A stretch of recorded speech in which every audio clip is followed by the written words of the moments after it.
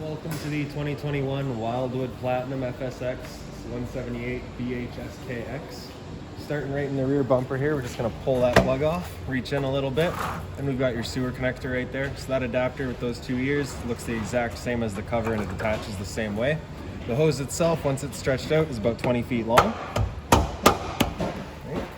And in the corner here, as well as each corner of the trailer, you've got these stabilizer jacks. So what they'll do is they'll come down to the ground, another 1/8 turn or so to firm them up, and they'll just get rid of the bounce throughout the trailer to keep it firm while you're camping. And right up above it, you can see you've got those two little white caps there. So the one kind of closest to us here, that blue one, is cold water. The one behind it's red for hot water. So that's just your water lines. You pop that cap off, drain out the water lines in the trailer. Straight up here, we've got your cable and satellite inlet. So simple coax cable plugs into there, fires up at your TV location. And here we've got your sewer system. So that sewer cap, like I'd said, attaches the same way. Just turn it, pull it off. There you go. So you can see you've got the two ears there, the same two ears that your hose had. Just attaches on, locks into place, and that's that. On the left here, we got a gray valve. On the right, we got a black. So the black valve is controlling your black tank, which is filled from your toilet. So typically that's gonna be your dirtiest water. We're gonna open that up first, let that drain out completely. And once it's done, we'll come to the gray water, which is filled from your sinks and your shower. We'll open that up, allow that to drain out. Just helps keep the hose a little bit cleaner. Right up here, we've got a black tank flush. So you may notice over time you've dumped your tank. You know for a fact it is empty, but your monitor panel is still reading 1/3 or 2/3, whatever it may be. You just take a water hose, plug it into there, open up that black valve, turn on the water, and that'll just flush out that tank for you, getting rid of any debris that might be causing your issue. Right beside it, we've got a city water connection. So you take the same water hose, plug it into there, turn it on, and that'll pressurize the water lines throughout the unit. And right beside it here, we've got your plug-in. So we're gonna open that up. You've got a little notch right down in the bottom there. Match up with a notch on your cord, just like that there. Pushes on, little 1/8 turn locks it into place, and that's that. Yours will have a little collar there that you can twist on to really lock it into place as well. At the end, you'll have a 30 amp end, pretty standard. Most campsites will have that. You can plug straight on in and you're good to go. If you're looking to plug in at home, we do provide you with an adapter as well. So that adapter is going to be right in the storage compartment here. Just a little latch on the left side holds it open. So here's that adapter, the 30 amp end and a 15 amp to go into your house to run your fridge, charge your batteries, whatever. We do also provide you with the water hose. So here's your short cord here. So you can see you got the same notch there and you got the collar that'll lock it into place. And then at the back, 30 amp end. You'll get a little blue light there letting you know that power is actually there and present. And you can see here the customers opted to go with a weight distribution hitch, so we placed that in here for them. Right up here, we've also got the little jack handle here for running all of your stabilizers. So it just fits under there. One way's down, the other way's up. That storage compartment, I think, is also accessible from inside of the unit. So in the front here, right in that black box, you've got your battery. As long as you're plugged in through that short cord in the back into this 7-pin or into a solar panel that we've got on the side here, that battery is charging for you. Right in front of it, we've got your LP tank. So propane tank, just like your barbecue tank, just got the little nozzle up top, turn to open, and that's that. Standard tongue jack in the front, one way's up, the other way's down, with the little holder for your safety chains as well as your 7-pin. You can see the hangers up here as well for your weight distribution. Over on the side here, you've got your solar panel plug-in, like I was saying, 2-prong plug, plugs into there, and that's that. Furion will provide you that panel if you look at that much. Got the exhaust for your furnace here, so if you're ever running your furnace, you just want to make sure nothing's drooped over that. It does get hot. Fresh water connection beside it, so it is threaded on. Just kind of turn that off. Take your water hose, plug it into there, turn on the water, and that'll fill up your fresh water tank. And right down underneath it, that little white cap right there, if you would pull that off, that's your freshwater tank drain. Beside your fill is your hot water tank, so just that little keyway there, line it up, pops open. Got a little pressure relief valve here. Before you ever turn it on, you just want to hit that pressure relief valve. If it's full, you'll get a little bit of water coming out, letting you know it is in fact full and you're safe to fire it up. If you don't get any water coming out of it, you just want to make sure your water's all turned on and you do have this guy full before you turn it on, just so you don't go run the risk of burning anything out. Controls for your hot water tank are just inside the unit, so we'll get there when we get there. The reset procedure that I'll go over is just right down there. That's the button I'll refer to. Come back a little bit more. We've got a G5 protected outlet out here. Power outside. And then right in the back here, you've got your exterior kitchen. So we'll pop this open. You can see on the right side there, you've got a 120 volt fridge here. So as long as you're plugged in through that short cord in the back, this fridge is going for you. Its plug-in is just right on the wall here. We've got another little outlet for it as well as USB charging above. Back here we've got your grill, so it just pulls straight on out. Propane hose is right back here. Just a little quick connect there, you just pull that collar back, undoes itself, that's that. So right down here, it's a similar style, except you got the dust cap there, as well as that valve. So this valve is a little bit of a safety feature. With that valve open, you cannot undo that collar. So if we just close off that valve, cut off the flow of propane, then we can push it back, we can insert our hose, lock it into place, and then we can open up propane. String the line up through the back, pulling that collar back, plugging it in, and that's that. Take the dial here over to light, and as it comes over light, you can hear that little click there. That's the igniter. So we're just going to be going back and forth until you can see that flame going.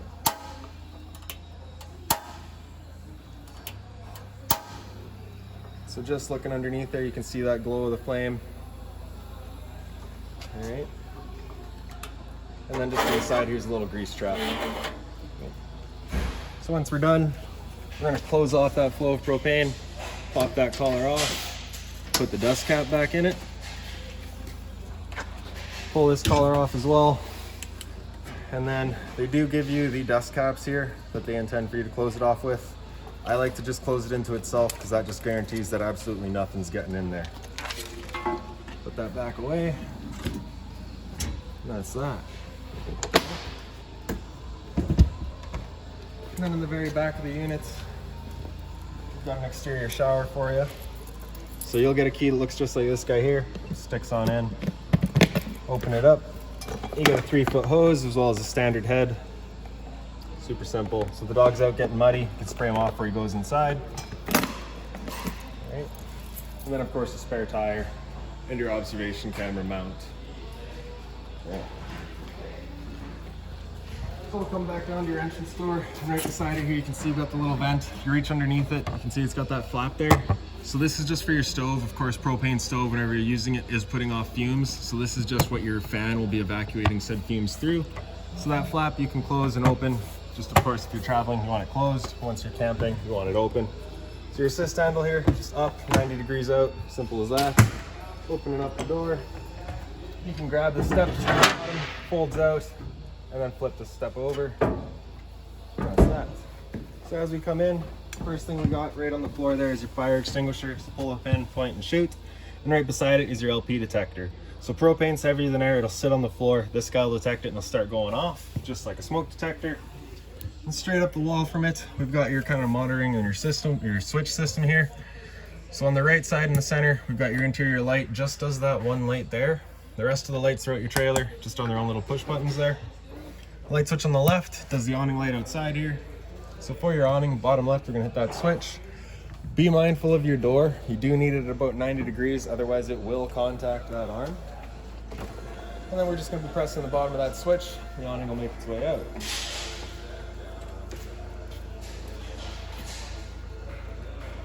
Once the awning's fully extended, you'll just see the little white flap at the end come down.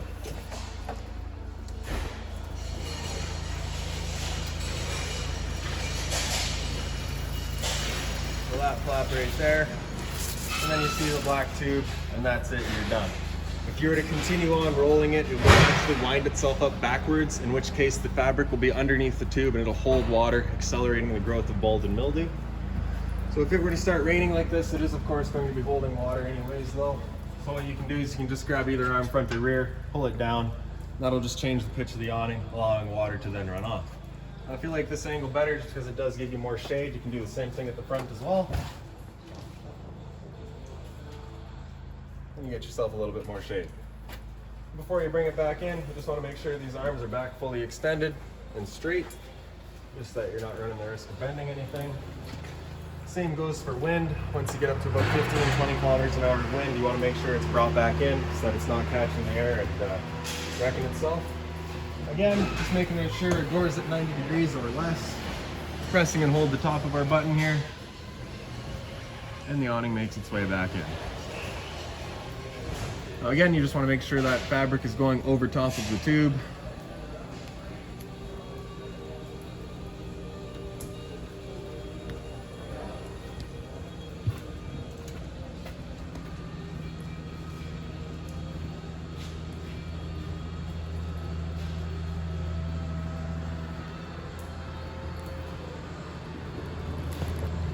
That's that. So the switch over to the right, that's your on or your slide out, sorry. So press and hold the bottom of the top of it. And the slide will make its way out. Now once that slides out all the way, you'll just hear a couple of clicks from the motors letting you know they've fully extended, and they'll turn themselves off.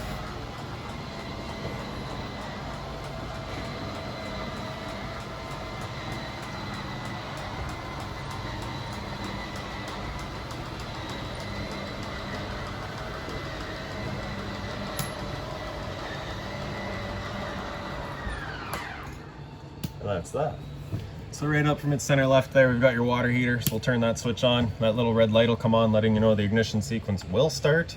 Once that light goes out, the sequence has started. It'll try that 3 times, and if after the 3rd time it hasn't lit, it'll come back on, letting you know it hasn't fired up, in which point you'll be going out and hitting that reset button that we'd shown you. I stood right here, I could hear the click of it going, I can hear the flame of it now going, so we know that hot water tank's good. To the left of it, we've got your water pump. Turn that on, turns on your water pump, drawing out of your freshwater tank. Up top, we've got your monitor system. So battery on the left there. Because we're plugged in right now, we're currently C for charging. G would be good, F is fair, and L is low. So for your fresh tank, as you fill that up with water, you go to 1/3, 2/3, and full. Same idea for your black and your gray tanks. In a little bit further, we've got your smoke detector here.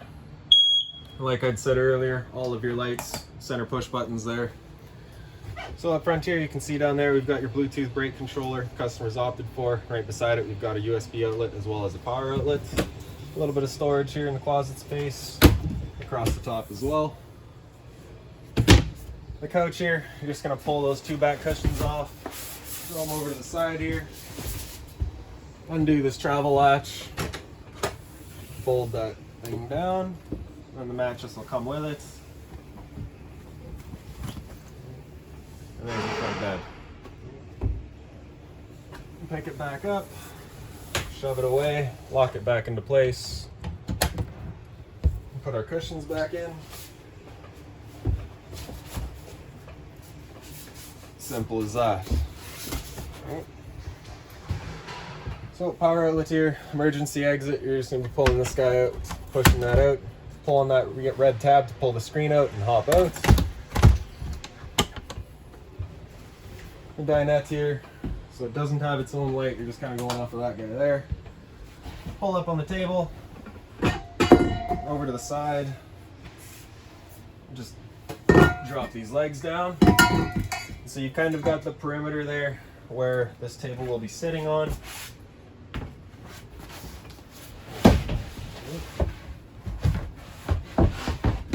So just like that, and then we're going to grab our back cushions. We'll just fill in the center.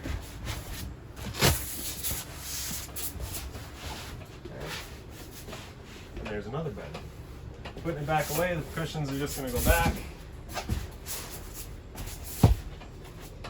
Pick up our table. Press the legs back into place. Line up the table.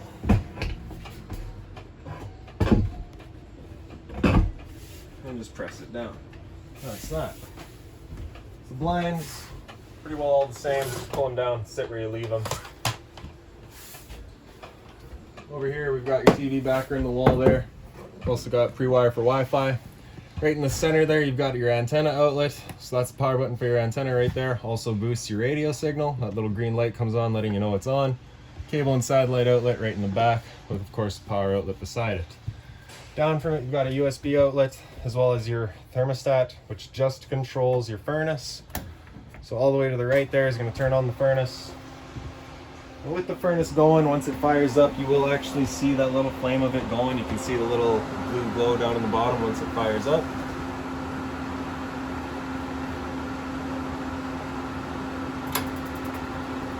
So there you go, you can see that little glow there.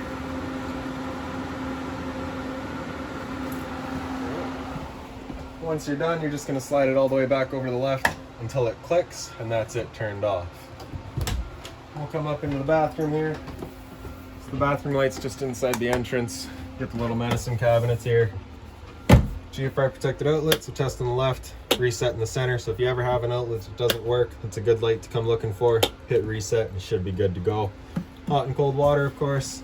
A little bit of storage underneath as well. Do be mindful of your drains. The toilet with the little foot lever just on the right side here. And then your shower, of course, hot and cold water, the standard head. The roof vent here, you're just gonna hit that knob, turn it to open. And then in the back there, you got the little push button, turns on your fan.